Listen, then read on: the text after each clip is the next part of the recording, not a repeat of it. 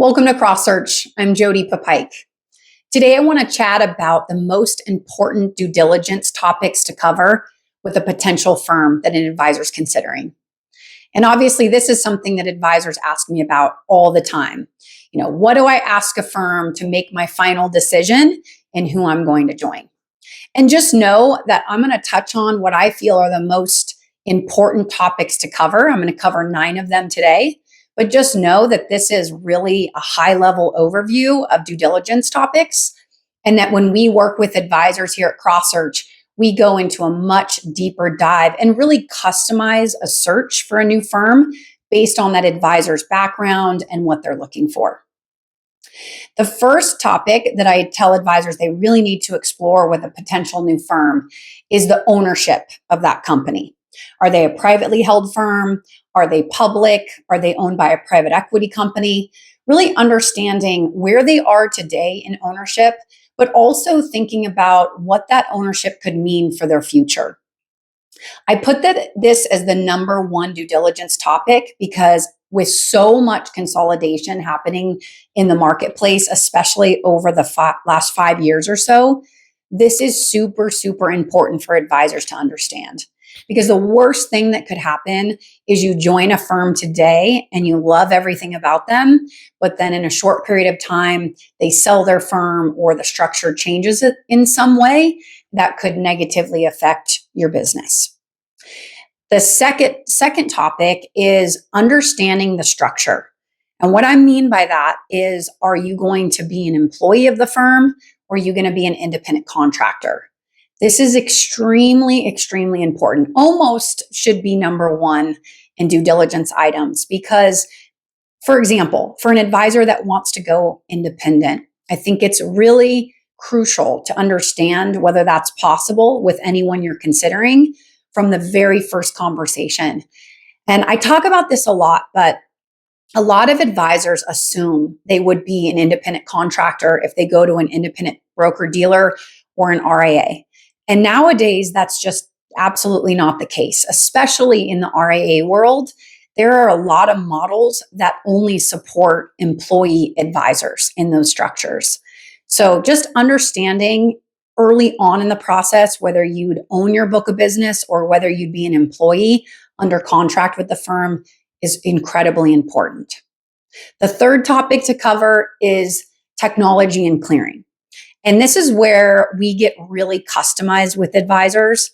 So if you're currently with a clearing platform, for example, let's say a Fidelity clearing, and you want to keep that the same with any firm that you consider, then we will eliminate all firms that have any other clearing relationship or don't offer Fidelity as a clearing firm, for example. But understanding the clearing options at any firm you're considering, and also technology.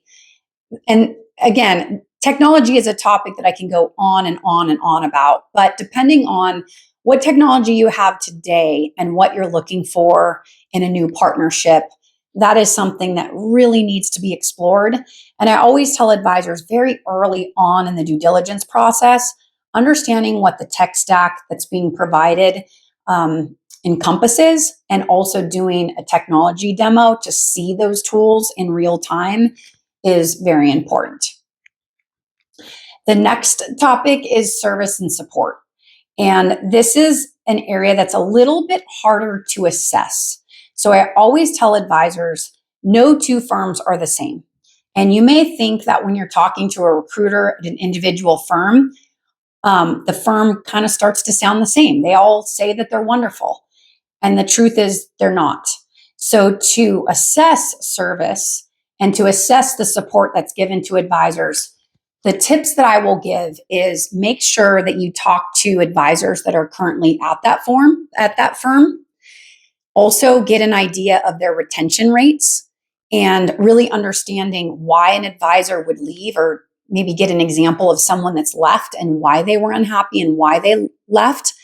And if it's possible, talk to an advisor or two that have left the firm to really understand what's happening on the support side and the service side from their back office.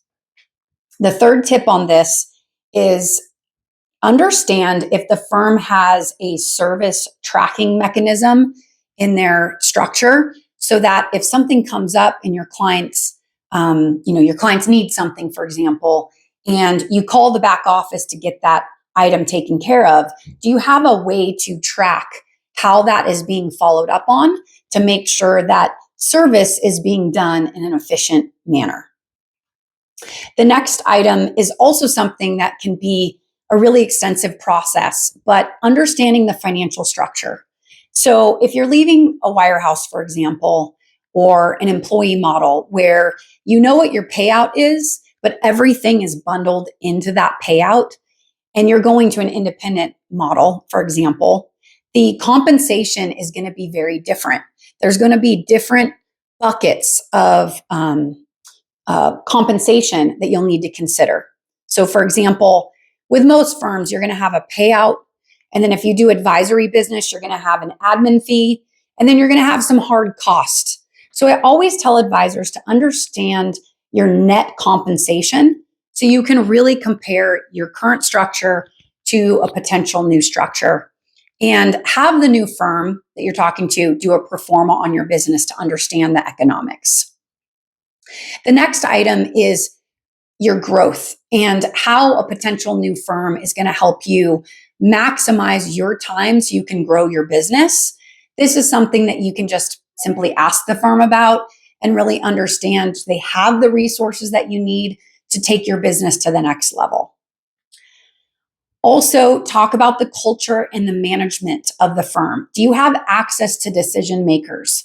It's inevitable that things are going to come up in your new relationship. They always do. There may be something happening where, there's some sort of discrepancy, or maybe you're having issues with, something happening in the back office.